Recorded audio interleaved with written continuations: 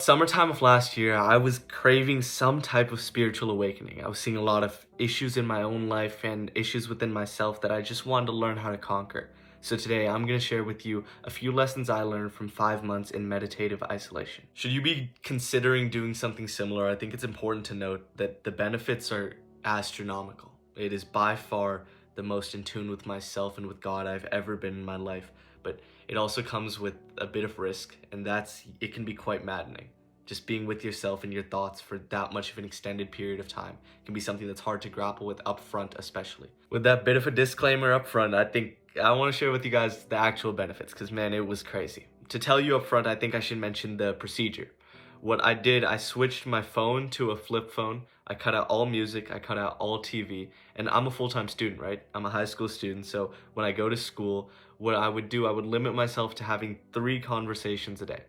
I would limit myself to those 3 conversations a day to make sure that I'm still able to communicate if I need to in class, like answer a question or whatnot, right? But I don't want to excessively engage or just go through life in a way where I'm not isolated. I want to make sure that I got those benefits of isolation that so many spiritual leaders have in the past, while still being able to maintain attributes of my day-to-day life and making sure that I was still able to get through school and I want to graduate, right? With that, I want to share with you guys the first benefit I noticed. Starting up in August, it was still a little bit in that summer vacation time, and I was just on my own. It wasn't like I was going to school or anything. I was just there with my mind, thinking a whole lot.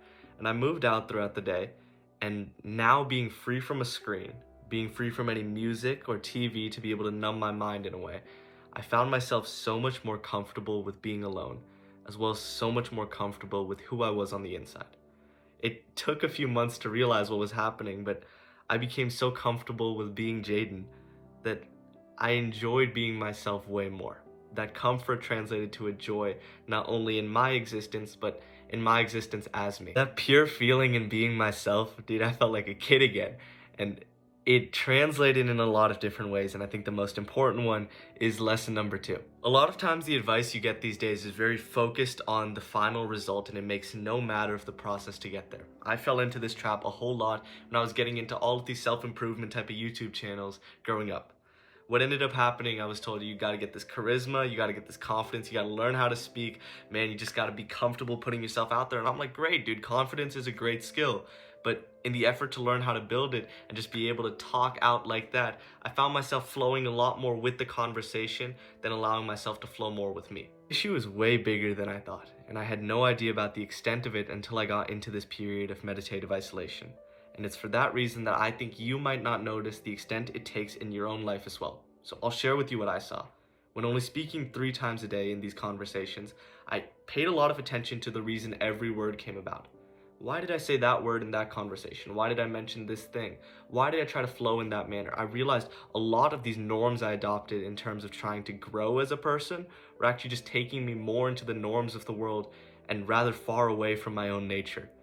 It was through this period of a few months that I actually became so comfortable not only with my nature being within me, but even in expressing it throughout everything, not trying even in the most subtle of ways to accommodate the culture around me that I disagree with, but was simply accommodating because it felt so easy to, rather than to be me. Guys, this period shaped me a whole lot.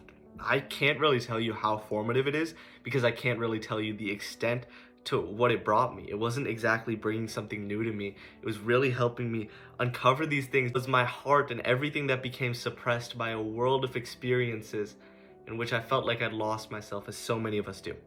There's so many more teachings that I learned from this period that I am so glad to share with you and look forward to in the future. But as of today, I have 1 action step related to the topics in this video. Regardless your circumstances, be conscious. Note exactly why you're doing what you're doing. If you find yourself in conversations talking in ways that doesn't really align with your soul, man, don't.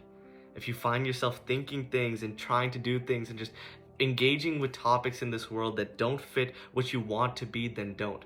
I heard the advice so many times, yet imagine there is a movie being made about you. It's a live camera on you right now. Is this the life you want to live, man? Don't go through with it if it's not you or what you want to be. Have a level of honor, a level of joy in who you are. It's built into us, and I have a lot of faith that it's going to carry us through all the way to the end. Pretty joyfully, right? I love you guys. I'll talk to you soon. See ya.